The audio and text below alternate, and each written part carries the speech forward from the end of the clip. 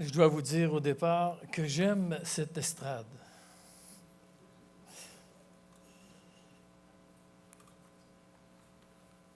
Je trouvais ça trop haut, là. J'ai le vertige. Bien, nous sommes rendus dans une série. À l'intérieur de la série, un pasteur et son ministère, à l'intérieur de Sans reproche à son retour. Et la prédication d'aujourd'hui est vraiment le cœur de cette mini-série-là. Et Robert Frost a écrit un jour dans son poème « Le mur reconstruit » que les bonnes clôtures font les bons voisins. Ça peut être vrai, mais les clôtures sont aussi des barrières qui nous empêchent d'être avec des bons voisins. Les clôtures ne sont pas toujours faites de bois et de clous. Elles se composent aussi de mauvaises attitudes. Peu importe de quoi est faite la clôture, un chrétien doit s'efforcer d'enlever toute barrière à l'amour. Nous allons voir aujourd'hui un homme qui n'a mis aucune barrière dans sa vie et qui a eu un amour comme Dieu le demandait.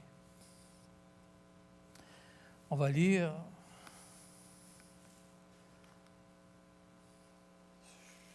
je crois que c'est ça. Non. C'est lequel? Pas de batterie, j'imagine. Tu me l'avancer d'un, s'il te plaît? On va lire, j'ai séparé le texte en deux. Première lecture, c'est la fin du chapitre 2, du verset 17 au verset 20.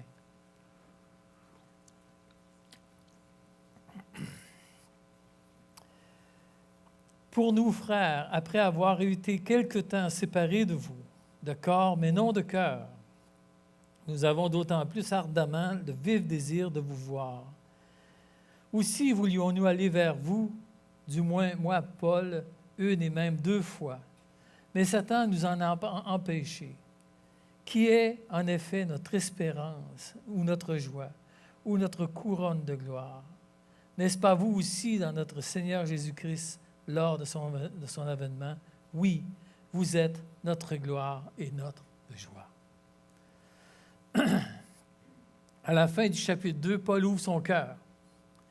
Il exprime ce qu'il ressent aux gens de Thessalonique. Au verset 11, il mentionne qu'il a pris la place d'un père. Il dit au verset 11, vous savez aussi que nous avons été pour chacun de vous ce qu'un père a été pour ses enfants. Eh bien là, il le vit. Il le vit dans son âme. Lorsqu'il dit qu'il a été séparé d'eux, le mot utilisé, c'est un mot qui est utilisé dans une situation où les parents sont séparés des enfants. C'est un mot assez spécifique. Et il fait par exprès pour prendre ce mot-là. La séparation a été subite, inattendue.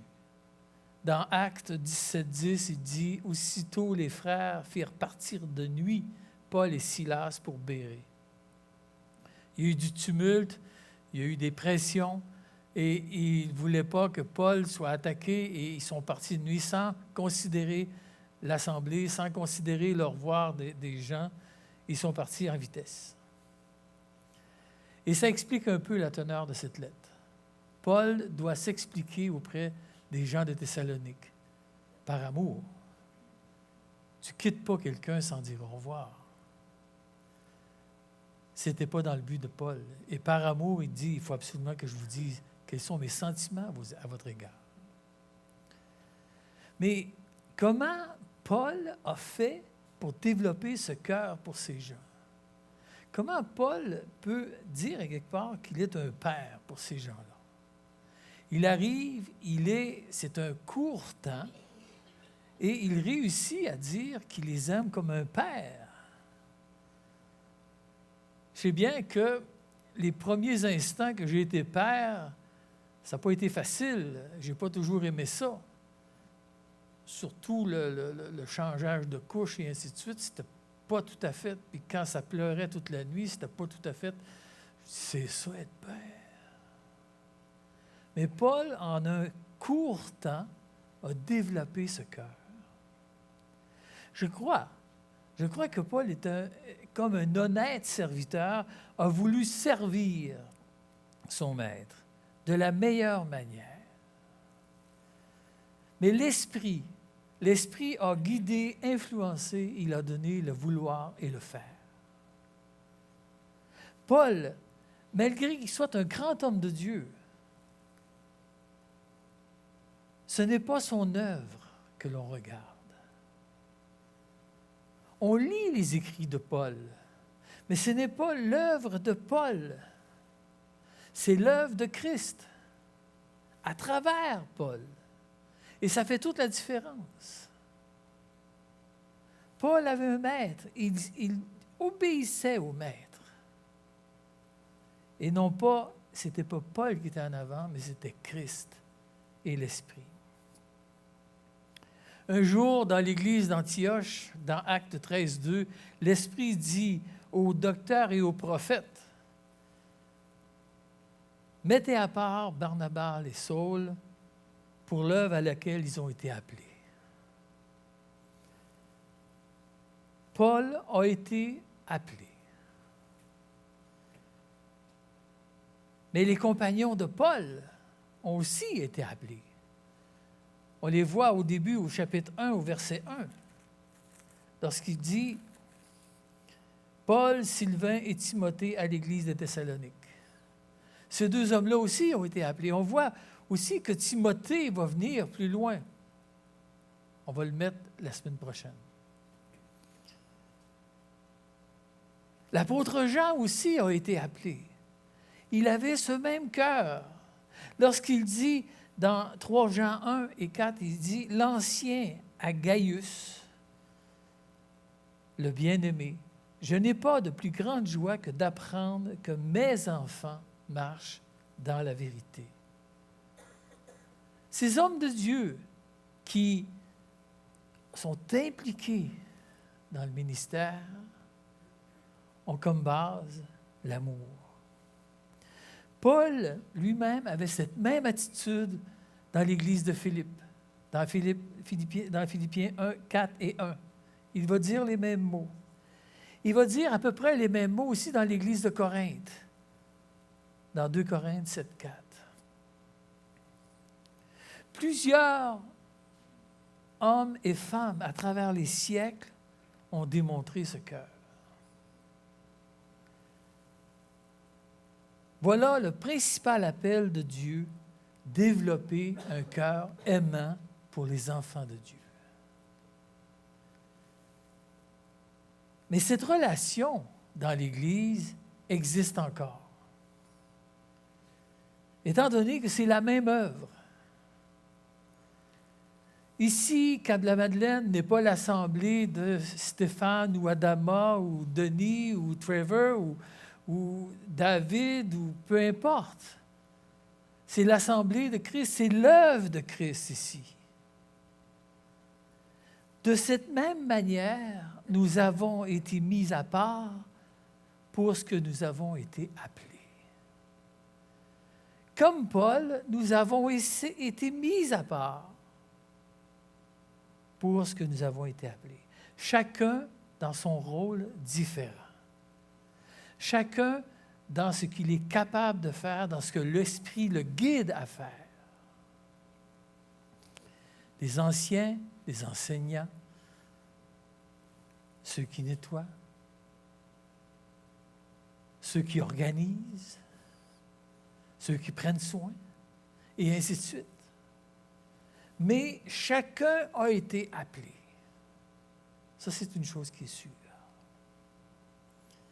Mais dans tous ces appels-là, dans tout ce que Dieu nous appelle d'être, de faire, il y a le tout premier ingrédient dans le service, et c'est l'amour. L'amour paternel, l'amour fraternel, qui se développe dans nos cœurs par le travail de l'Esprit. C'est trop important pour que je ne le répète pas. La base, l'essentiel à tout service, c'est l'amour.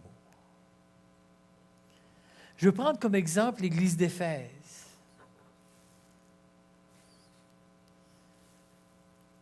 OK, avance-le d'une coche, s'il te plaît. L'Église d'Éphèse, dans Apocalypse 2 à 5, le Seigneur parle à l'Église. Il dit, « Je connais tes œuvres, ton travail et ta persévérance. Je sais que tu ne peux supporter les méchants, que tu as éprouvé ceux qui se disent apôtres et qui ne le sont pas, et que tu les as retrouvés menteurs, que tu as de la persévérance, que tu as souffert à cause de mon nom, et que tu n'étais point lassé. Mais ce que j'ai contre toi, c'est que tu as abandonné ton premier amour. » Donc, tu peux rendre service, tu peux être au service intense, tu peux avoir un service magnifique. Il félicite sa persévérance, son travail, il a testé, il a vérifié, il a confronté les gens qui n'étaient pas dans la droiture, il a fait un service parfait. On dit tous là que, hey, wow, c'est une belle Église. Mais pourtant, il a un reproche. Ce que j'ai contre toi, c'est que tu as abandonné ton premier amour. Premier amour. Quel est le premier amour? Aimer Dieu de tout son cœur, de toute sa pensée, de toute son âme, et aimer son prochain comme soi-même qui lui est égal. C'est ça le premier amour.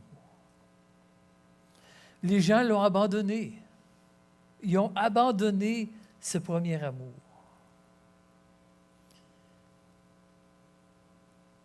Et cela est important pour Dieu. Et Dieu le prouve. Souviens-toi donc où tu es tombé, repens-toi et pratique tes premières œuvres, sinon je viendrai à toi et j'ôterai ton chandelier de sa place, à moins que tu ne te repentes. Ôter le chandelier de sa place. Je vais t'éteindre si tu manques d'amour. Car l'ingrédient principal dans une assemblée, ce n'est pas le service, c'est premièrement l'amour. Et le service vient automatiquement. Le service suit. Et c'est notre cœur qui déborde qui rend le service. Et non pas, je rends service dans ma tête juste parce que il faut que ça se fasse. Il n'y a personne d'autre, je vais le faire. Hein? Il n'y a personne d'autre, non. Il manque de moniteurs à l'école du dimanche. Ben, je vais être moniteur, je n'ai pas le choix. Pardon, allons-y. Mais ça roule, ça. Je vais faire une job tout simplement parce que c'est une job. Ce n'est pas ça la motivation. La motivation, c'est que j'ai à cœur ce que je vais faire. Et j'ai l'amour pour les gens et pour les personnes que je vais servir. Paul a voulu servir, mais l'Esprit lui a montré une voie par excellence.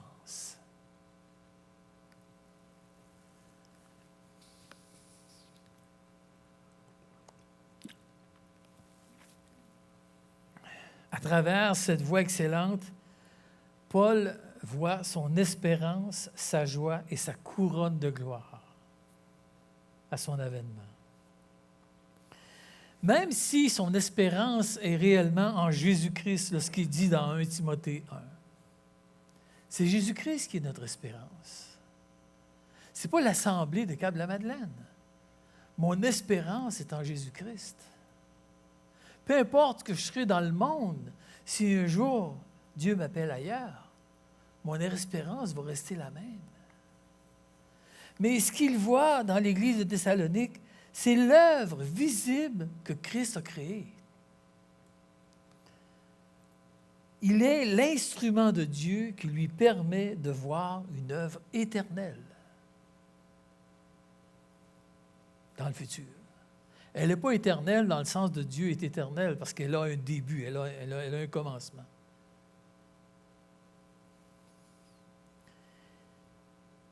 Donnez-moi autre chose qui a un futur éternel dans ce monde. Une seule chose, à part Dieu lui-même. Cherchez. Y a-t-il quelque chose sur terre qu'on pourrait dire qui va être éternel? Certainement pas les inventions de l'homme. Les inventions de l'homme, ils finissent toutes. Cette bâtisse-là, dans quelques années, si on la laisse aller, on va être décrépitude. N'importe quoi. Même la création, un jour, va disparaître. Avance d'une coche, s'il te plaît. Apocalypse 21, 1 dit « Je vis un nouveau ciel, une nouvelle terre, car le premier ciel et la première terre avaient disparu et la mer n'était plus. » Tout ce que l'on peut connaître, tout ce que l'on peut voir, toutes les photographies, les beaux paysages que l'on peut voir, toutes les beautés que Dieu a créées, tout ça, ça va disparaître. Fini. Dans un certain commentaire, ce texte-là disait « Même l'atome devrait changer ». C'est un commentaire. Mais tout ce que l'on voit, tout ce que l'on perçoit aujourd'hui va disparaître. Sauf une chose, la relation que nous avons avec Christ. La relation que nous avons avec Christ est éternelle. Nous serons pour l'éternité avec lui. Nous sommes déjà aujourd'hui, si vous avez accepté le Seigneur comme votre sauveur personnel, vous êtes déjà aujourd'hui dans l'éternité. Parce que l'éternité commence là et elle finit je ne sais où.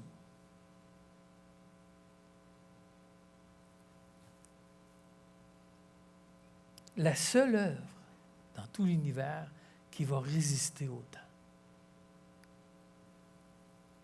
En plus d'être une œuvre éternelle, c'est une œuvre où rien n'est oublié.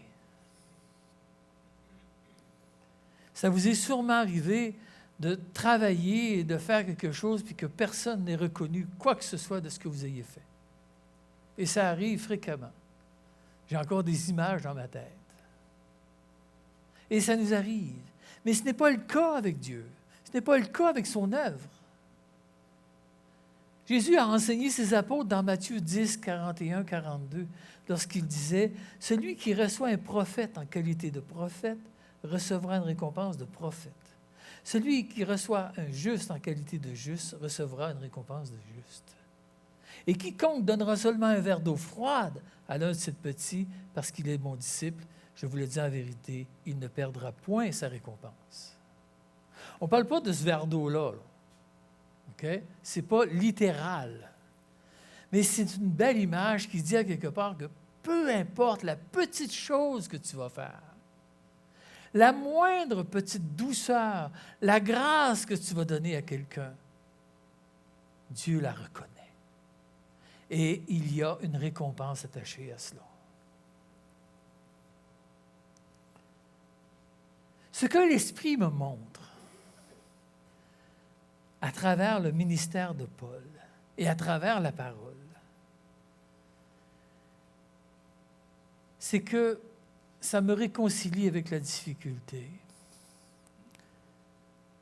Ça me réconcilie avec le fardeau de la tâche à accomplir. Le travail est parfois difficile, mais il est gratifiant. Il en vaut la peine. Peut-être pas là aujourd'hui, peut-être pas aujourd'hui, mais un jour.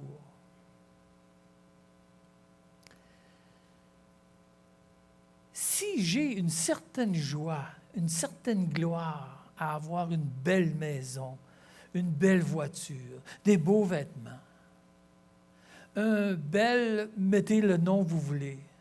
Moi, j'ai des beaux vêtements, mais hey, je l'ai payé 3 piastres quand même, ça. Américain. Ça fait peut-être 2000, 2500. Si on a une gloire à avoir ces choses-là, à maintenir ces choses-là et à y mettre du temps épouvantable. Je sais, j'ai été propriétaire longtemps. Imaginez quelle sera la joie d'avoir travaillé un royaume éternel et gratifiant. Imaginez aussi quelle est l'espérance qui réside dans le fait d'être reconnu sans reproche à son retour. Quelle sera la joie de celui qui décide d'investir dans l'éternité?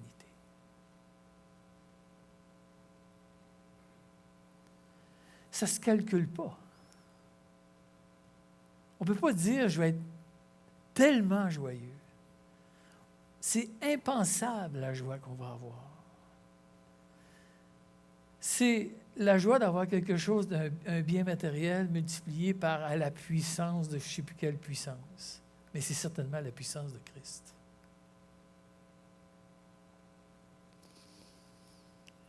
On pourrait regarder la deuxième partie. C'est pourquoi, impatients que nous étions et nous décidant à rester seuls à Athènes, nous envoyâmes Timothée, notre frère, ministre de Dieu dans l'Évangile de Christ, pour vous affermir et vous exhorter au sujet de votre foi, afin que personne ne fût ébranlé au milieu des tribulations présentes, car vous savez vous-même que nous sommes destinés à cela. Et lorsque nous étions auprès de vous, et nous vous annoncions d'avance que nous serions exposés à des tribulations, comme cela est arrivé, et comme vous le savez. Ainsi, dans mon impatience, j'ai envoyé m'informer de votre foi dans la crainte que le tentateur ne vous eût tenté et que nous eussions travaillé en vain.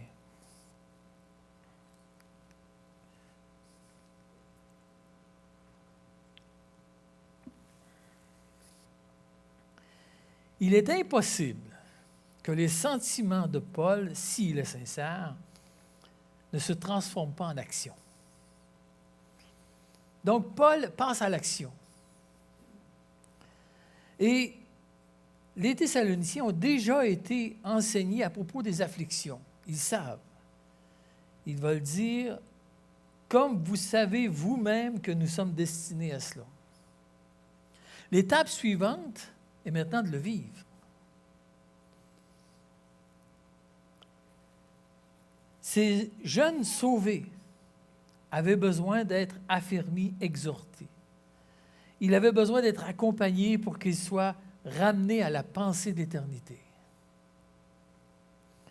Timothée, ministre, dans le texte original, le terme est plutôt, pour qualifier Timothée, est fidèle ouvrier avec Dieu. Donc, Timothée, fidèle ouvrier avec Dieu, est un homme mature, un homme connaissant la parole, un homme qui est capable d'affermir les autres, car il est lui-même ferme. Capable aussi de comprendre la position des Thessaloniciens. Il est capable, comme Paul, de les aimer. Pourquoi Paul craint que les Thessaloniciens, des enfants de Dieu, vacillent dans leur foi? Comment un chrétien peut vaciller dans sa foi? Il a la foi. Comment? 3 choses. Un jeune chrétien peut avoir besoin d'être affermi, et c'était la situation de Thessalonique. C'est pour ça qu'un nouveau sauvé doit absolument avoir quelqu'un qui le suit, quelqu'un qui est avec lui, pour lui montrer les facettes de la foi, les facettes de la vie chrétienne. Mes toutes premières semaines de vie chrétienne, j'ai eu un mentor, j'ai eu quelqu'un. D'ailleurs, je l'ai peut-être parlé, mais à l'âge que j'ai, je suis capable de me répéter.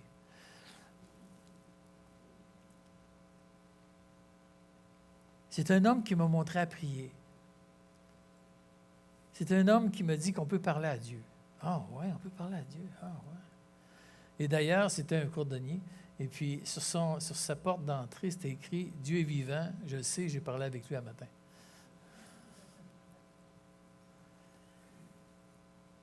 Un jeune chrétien a besoin d'être affirmé. Un jeune chrétien a besoin de Timothée, a besoin de gens comme Paul, comme Sylvain, a besoin d'hommes affermis. Mais la faiblesse de la foi vient aussi dans le manque de lecture, dans le manque d'étude, dans le manque de méditation de la parole. Romains 10, 17 nous dit « La foi vient de ce que l'on entend, et ce que l'on entend vient de la parole de Dieu. » La foi vient de ce que l'on comprend et de ce que l'on entend de la parole de Dieu.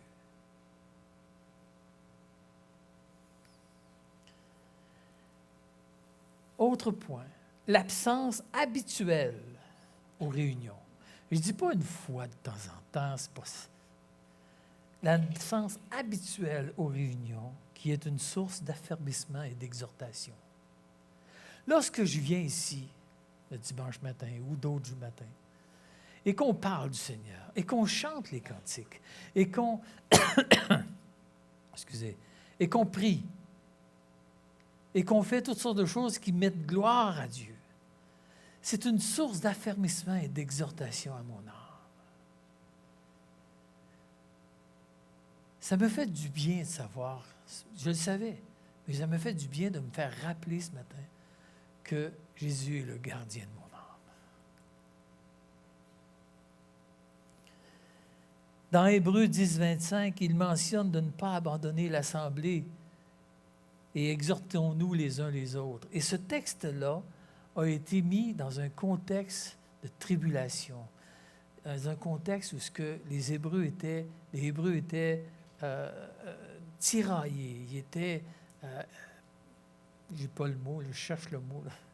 Ils étaient vraiment dans des positions difficiles, rejetés par les Juifs, rejetés par le peuple, et c'était difficile. Ne pas abandonner le rassemblement, ne pas abandonner l'assemblée. Ça devient important.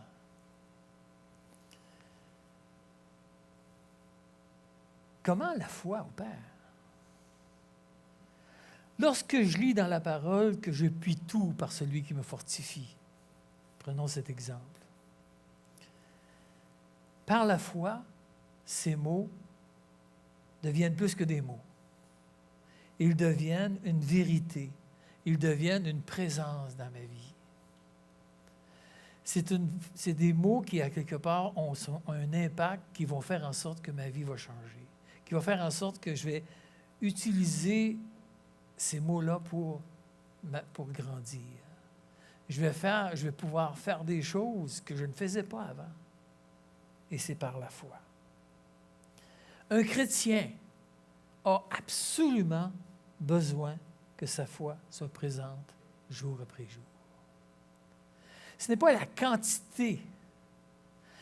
J'ai pas plus de foi que vous, ou vous n'avez pas plus de foi que moi, mais j'en ai à tous les jours, et je devrais en avoir tous les jours. Je devrais être constant dans la lecture, dans la présence, dans le partage.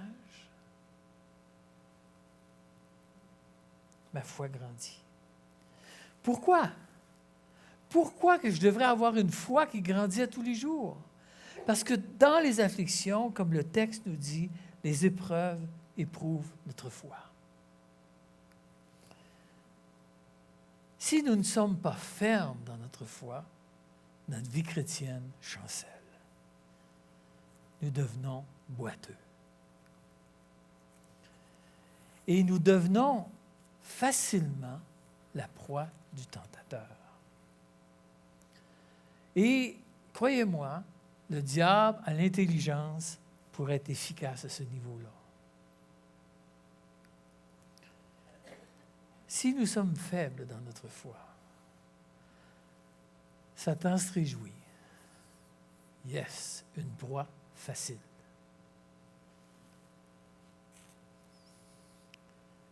Surtout que c'est la méthode que Satan a déjà utilisée. Dans l'Ancien Testament, je prends l'Ancien Testament parce que ce qui est écrit dans l'Ancien Testament est pour nous servir d'exemple. Souviens-toi de ce que fit Amalek pendant la route lors de votre sortie d'Égypte. Comment il rencontra dans le chemin et sans aucune crainte de Dieu, tomba sur toi par derrière, sur tous ceux qui se traînaient les derniers, pendant que tu étais là et épuisé toi-même. Satan utilise ces tactiques-là. C'est beaucoup plus facile. Satan aime ceux qui sont faibles. Ils tombent facilement et parfois même, ils entraînent d'autres dans leur chute. Et c'est ce que Paul craint lorsqu'il dit « La crainte que le tentateur ne vous ait tenté et que nous n'eussions travaillé en vain. » Le découragement emmène au découragement. Et parfois, lorsque nous sommes faibles dans la foi et que nous voyons quelqu'un découragé, ça peut nous tomber sur nous aussi.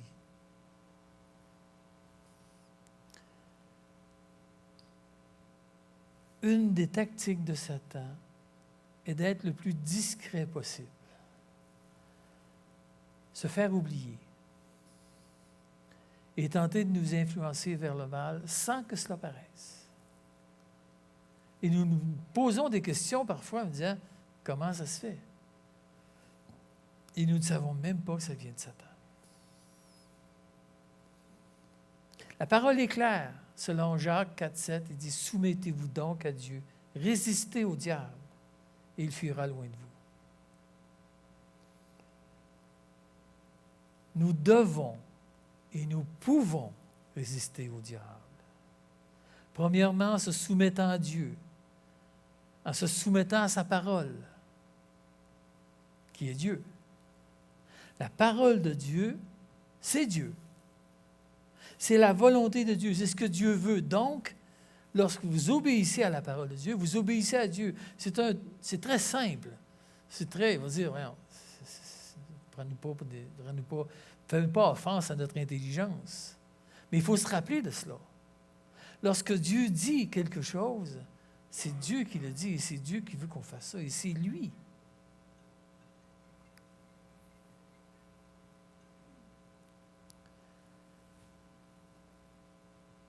Se soumettre à Dieu. Deuxièmement, dans Éphésiens 6,16, il dit « Prenez par-dessus tout cela le bouclier de la foi avec lequel vous pourrez éteindre les traits enflammés du malin. » Cette image que Paul utilise, c'était un bouclier en cuir qui était fait pour éteindre les flèches qui étaient pleines en feu. Quand il arrivait sur le jour, la flèche s'éteignait. Et le bouclier comme tel était traité pour ça. Et ça s'éteignait. Et Paul utilise cette image-là pour dire quelque part le bouclier de la foi.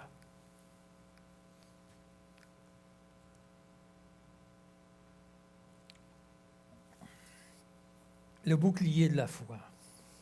Ce que Paul nous dit dans ce verset, c'est que nous devons tout faire pour que notre foi grandisse. Il dit, prenez par-dessus tout cela. Prenez est un verbe d'action. Lorsque je prends quelque chose, j'accomplis une action. Ce verbe, cette action-là, a une signification.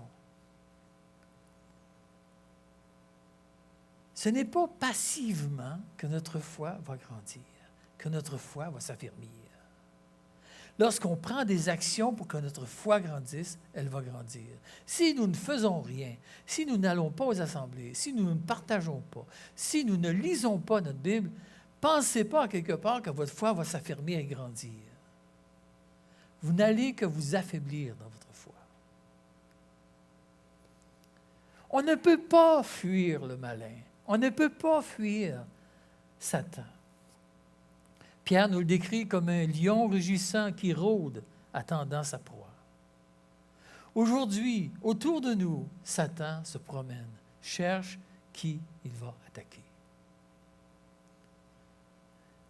C'est pas grave si c'est une église. Il est quand même autour de nous. Le seul moyen que nous avons contre lui est de le faire fuir. C'est le seul moyen que nous avons contre Satan. Et comme exemple, le meilleur exemple, c'est l'exemple de Christ. Lorsqu'à la fin de son jeûne de 40 jours, lorsqu'il a été attaqué par Satan lui-même, la victoire de Christ a été le résultat à sa soumission à la parole de Dieu et sa foi. Lorsque le Seigneur a donné cette dernière réponse, il dit que Dieu seul pouvait être adoré et servi. Christ avait une foi ferme en ce qu'il disait. Pour lui, cette phrase-là voulait dire « c'est exactement ça que je veux vivre. C'est exactement ça ma vie. Je ne veux adorer que Dieu seul. » Et Satan, désarmé, le laissa. Il le laissa pour revenir peut-être plus tard. Mais Satan n'avait aucune réponse devant cette réponse de foi. Voilà l'importance que la foi doit avoir dans votre vie. Voilà l'importance que la lecture de la parole, que l'assistance aux assemblées, que le partage, que tout ce que vous pouvez mettre. Voilà l'importance de votre vie chrétienne. Vous avez le choix. Vous pouvez dire, je vais arrêter de lire. C'est pas grave, ça. Pas grave 2 semaines sans lire. C'est rien que 2 semaines dans ma vie. Mais durant ces 2 semaines-là, vous ne affermissez pas. Vous descendez. Vous manquez 2 semaines importantes de votre vie. Parfois, vous lisez, vous dites, je ne retire rien. Priez. Mais trouvez le moyen d'avancer jour après jour.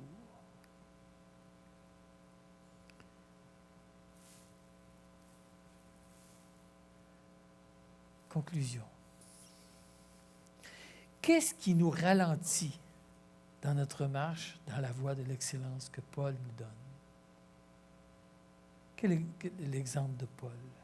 L'exemple de Paul, de Timothée, de Jean et d'autres ont pris. Qu'est-ce qui nous ralentit? Cette question-là, je vous la pose. Je ne veux certainement pas avoir de réponse. Mais je veux que vous en ayez une, vous, par exemple. Qu'est-ce qui me ralentit? Qu'est-ce qui m'empêche d'aimer comme Dieu me demande d'aimer?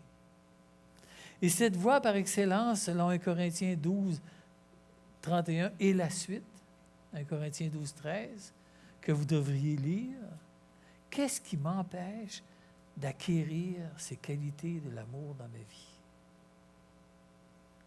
Qu'est-ce qui m'empêche? Et soyez francs avec vous-même. Soyez certainement francs avec vous-même. Je lis pas assez. J'ai beaucoup de manques. Mon char est plus important que mon Dieu. C'est toutes des choses qui sont là. Et Dieu nous juge de temps en temps en disant « ça, c'est pas tout à fait correct. » Mais il faut être à l'affût de ce que Dieu nous dit et que notre vie change, que notre vie devienne meilleure. On va prier. Seigneur Dieu, tu es un Dieu grand, bon et fidèle. Que notre vie, Seigneur, ressemble plus à ce que tu nous demandes. Qu'à tous les jours, nous puissions mettre notre vie conforme à ce que tu nous demandes par toutes sortes d'actions. Nous avons une part à faire. Ce n'est pas tous gratuit. Le salut est gratuit. Mais la marche a un coût. Et nous voulons le payer, ce coût, car il aura des répercussions jusque dans l'éternité. Et nous voulons le faire, Seigneur, par amour pour toi, parce que tu nous as aimés le premier et que nous voulons te rendre cet amour honnêtement. Sois avec nous, Seigneur, et bénis-nous dans les semaines qui vont venir pour que nous soyons encore plus près de toi et plus près de ta volonté. Par le beau nom du Seigneur Jésus-Christ. Amen.